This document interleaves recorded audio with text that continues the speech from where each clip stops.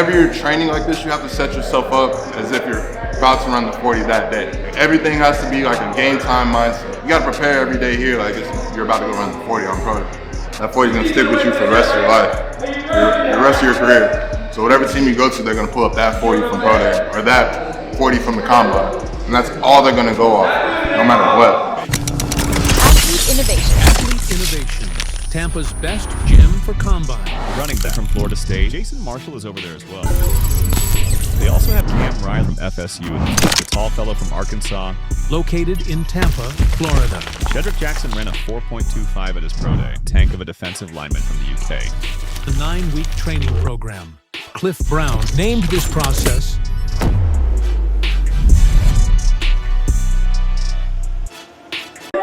a lot of lessons and a lot of blessings. Find a way to get better, even though like the circumstances aren't, what you want, but you're able to find a way to get better and come closer as a team, do it with your brothers. This season is an example of something that I've learned and like the standard that we have in that room. No matter what's going on, like out on the outside, and no matter your circumstances that day, how you're feeling, you got to be able to go out there and get better. It's more so than just football. Of course, they have high potential and high star level talent to play on the field.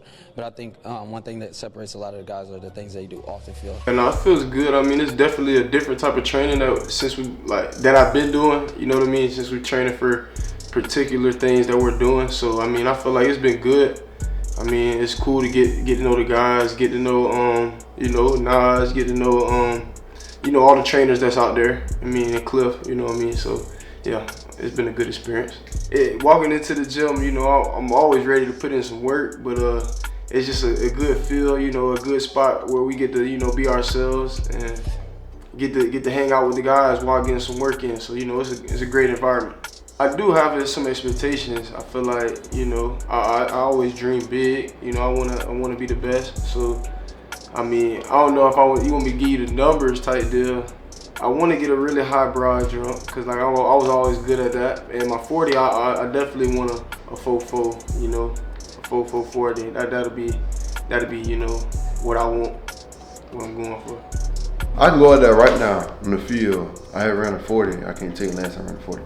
I'll probably go out there right now on the field, and I feel like it'll be roughly probably a high 4.5 maybe, just because I haven't got the technique down pat of how to actually run a 40.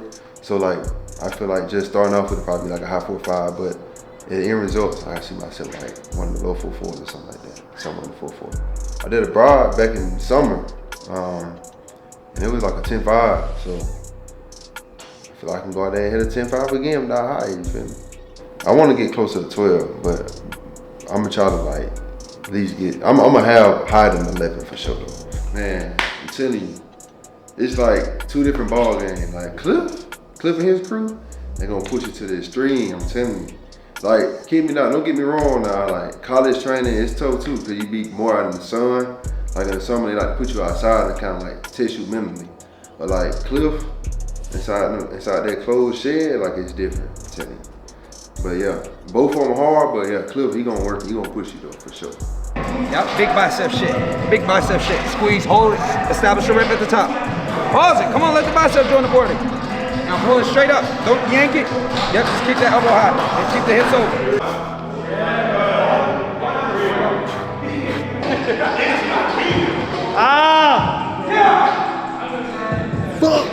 Fuck! Come on, Pete! Come on, Pete! Come on, bang it up!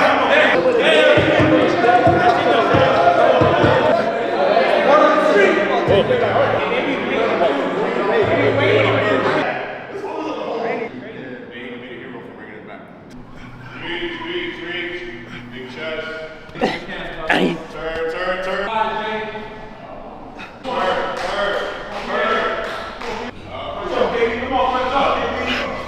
I feel like I had a really good season going in, playing in the Big Ten. That's a real physical league, it's top competition week in and week out. So that's, I feel like that's getting me ready for the NFL and getting me ready for the NFL seasons as well. So combine wise, I just want to run a good time, run a good 40, put up really good test numbers and show the NFL and show the scouts what I can do. My favorite game, probably when I played in the SEC, was when we played LSU. We played Jalen Daniels. He's a quarterback for the Washington Commanders, but I sacked him on. They was in our red zone about to score. They was getting ready to score, and I sacked them. And the play right before that, I had a TFL on the running back. So that was probably like a really big moment for me as well. When I played Alabama as well, I had sacked Jalen Milroe. He's a quarterback now for Alabama, and that was probably a really big moment for me as well. So. Hey, everybody, if he misses, we got a sled suicide. Everybody, high low, the whole field, every line. And then it don't gotta be full speed, right? That's OD. No, just get there. Just start. Hey, you ready? All right, here we go. Ball. Alright, what? He finna get it. I got money on it. Hey, we gotta help him with the stand. Wait, is you helping me with the stand? You're not helping me. Hey, we gotta help him with the stand.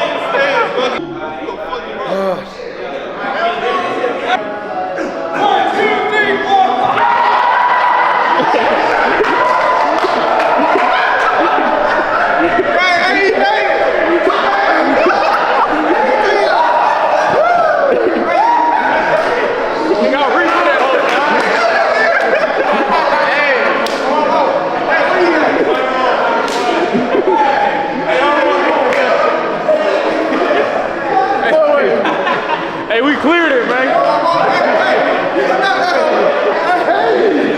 You got him,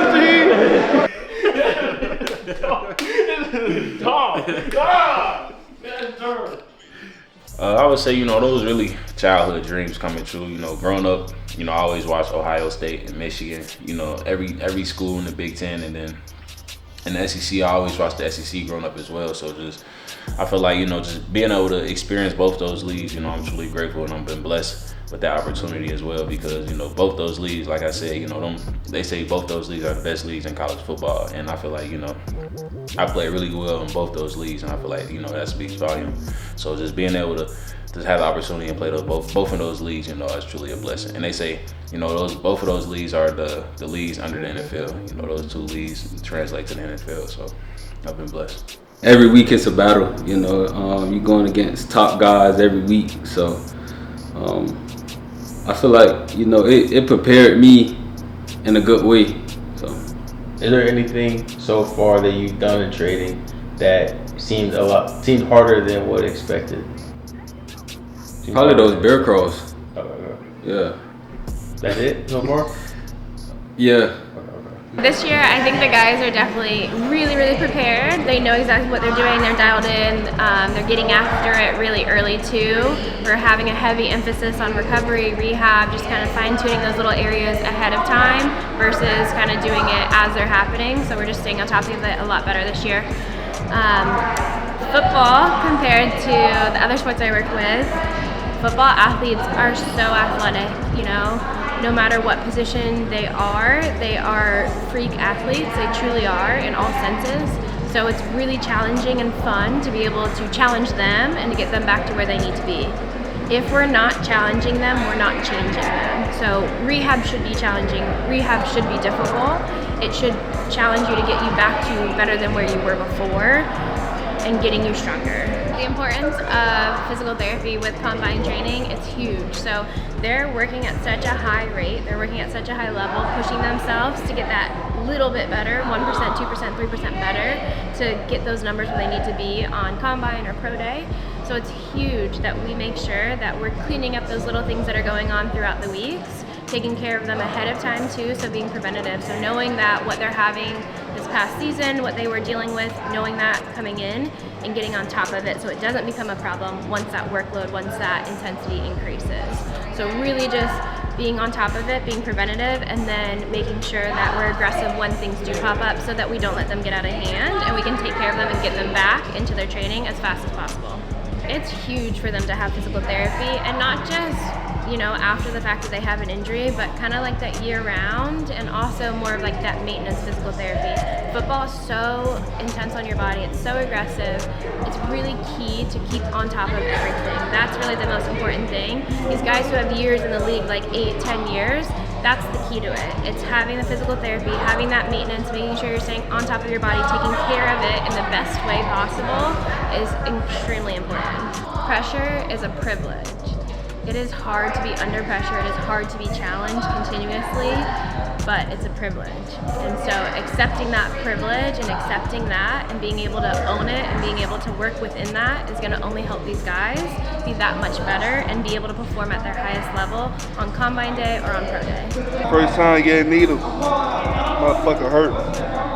I'm ready. I'd like to see progress, like even if it's 1%, I just like to see improvement in me and everybody else around me. Like, I like to see people win as well. So when I see that, it just make everything like a great environment. I just get to thinking about my family and really my grandparent. She passed away, so it's kind of like I ain't just gone this far for no reason. Like I just got to keep going. Like, and when I get in that mode and start thinking that, it's like everything just go out the window. Football means everything. Football gave me a way to a better life because where I came from, it's not really that good. I'm from Detroit, Michigan, so don't really too much good come out of there. And I found my way, and football kept me out of the wrong and into the good. So football is my life, for real. I got to football because my mom wouldn't let me play at first because she was like, she wanted me to get hurt. So my goddad had like select me to a practice, and then I was good. So I didn't tell my mom the first time. It was the next practice. I came back with the pads. The first night I kept them back at my step-pop's house. I mean, not my step-pop's, of my godpop's house. So my mom, and then she seen me play, and then she was like, I guess so, but the first injury, if he get hurt, then he quit, he done. So I never got hurt until later down the road. But I'm older now, so she can't tell me to stop. She can't tell me to stop. I would say it's definitely difficult, but not impossible because nothing's impossible with God. We are his people.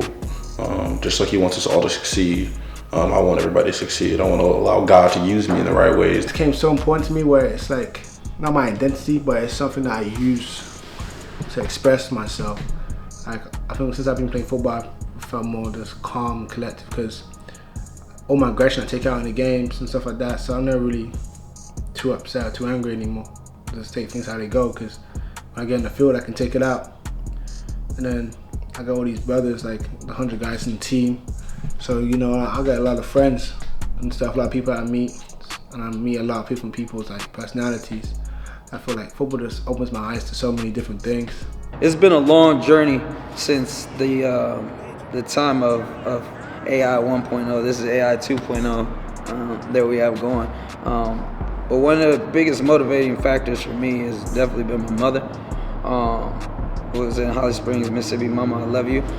She encouraged me to keep going. My mother's always been a sounding voice in my life to, you know, always keep me going. In times that I'm down, I always call my mom. And my mom always has the encouraging words that get me back up and, you know, take on the world all over again. You know, and through, you know, the last couple of years with her struggling with health issues, it's kind of only made me stronger because, you know, people don't understand why you do what you do and why you push so hard, and especially whenever you have a lot of people that's counting on you.